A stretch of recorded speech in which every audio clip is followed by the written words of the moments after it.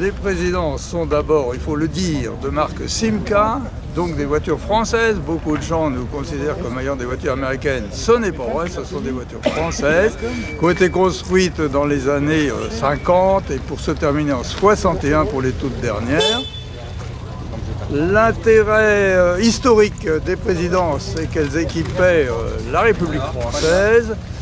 Beaucoup équipaient les ministères, les préfectures et tous les notables de la République de l'époque. Nous sommes très fiers de pouvoir dire que le général de Gaulle a roulé en présidence et qu'il a convié ses hôtes pour des parcours officiels comme la reine d'Angleterre, le Shah d'Iran, etc.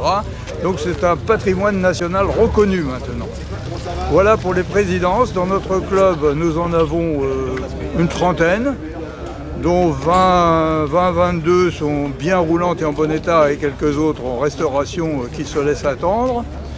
Mais ça permet quand même de nous organiser un cortège de présidence tout à fait exceptionnel que nous allons réaliser en avril du côté de La Châtre dans l'Indre pour être bien centré au milieu de la France. On va disposer ce jour-là d'une bonne vingtaine de présidences qui viennent. Et l'authentique présidence de l'Élysée qui a été utilisée par le général sera parmi nous. C'est donc une manifestation d'exception. Je disais en plaisantant, de son temps, le général de Gaulle n'a jamais fait aussi bien. Je ne pense pas qu'aucune revue de l'époque présente un cortège officiel de la République française avec 22 présidences. Mais nous allons le faire et on attend de cette petite manifestation. On attend beaucoup de monde. Elle a lieu voilà. Quand?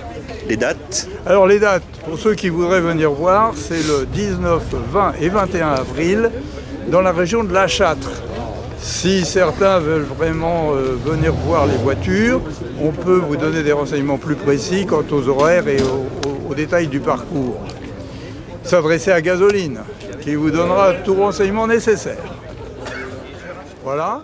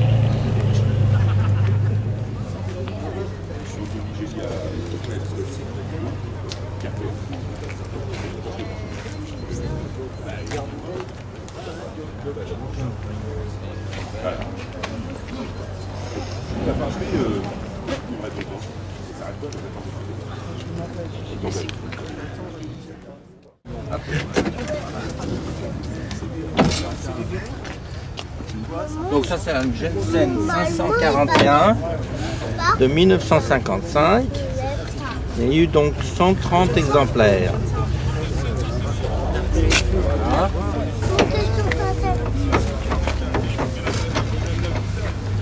Bon, Jensen fabriquait des voitures pour les Anglais. C'est-à-dire, par exemple, tous les Austin 104, Austin 104 ils étaient fabriqués par Jensen.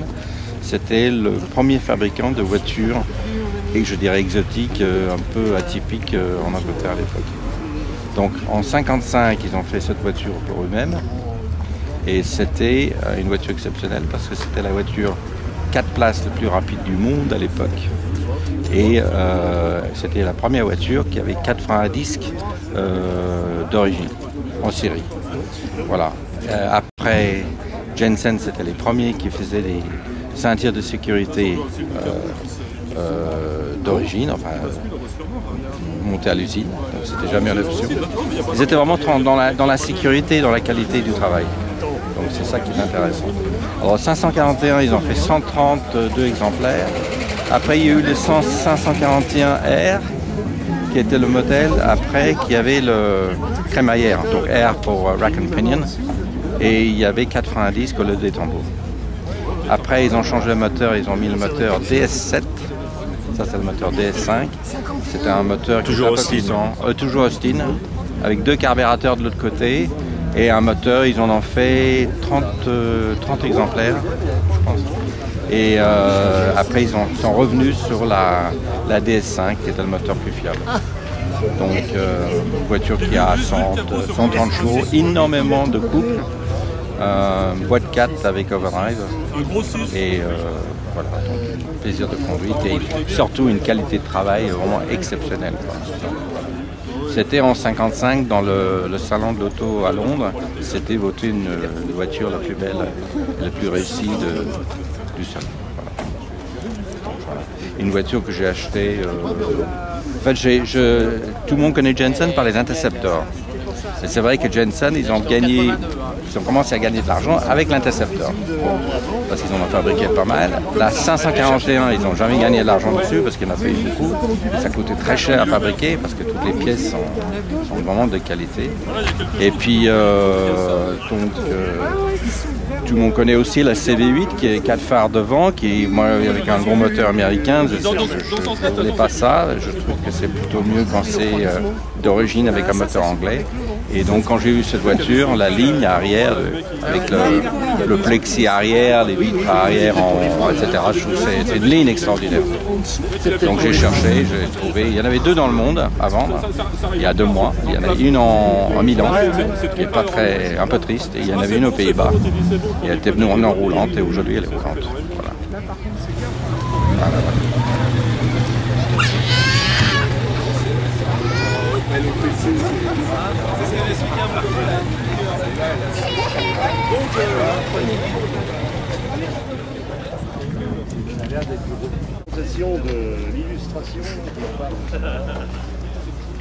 Donc c'est une DI de quelle année? 1925. Et dans son jus? Oui, complètement. Ouais. Vous l'avez depuis longtemps? Oui, je l'ai depuis longtemps. Ça fait plus d'une dizaine d'années déjà. Voilà, on essaie de la faire rouler le plus souvent possible. Voilà. On peut voir le moteur? Oui.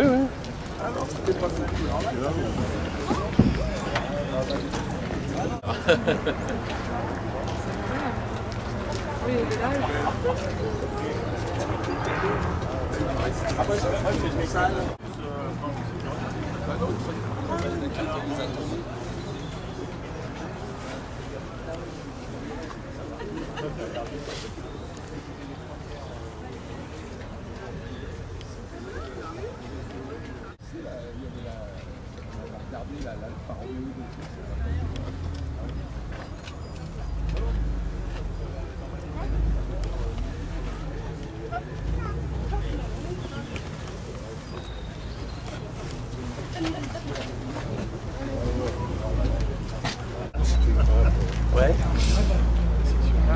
Et donc elle marchait bien. Le moteur, tu peux faire avoir des bras.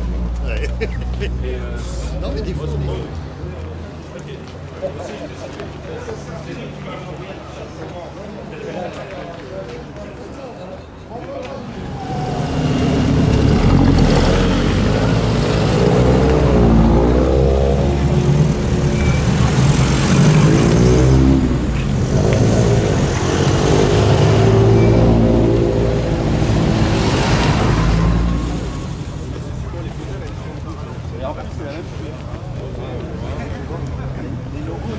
ça rappelle Adler. Ouais, les Adler. C'est drôle, à chaque fois que je vois ça, ça me rappelle les trucs allemands un peu. Dans les sur avant.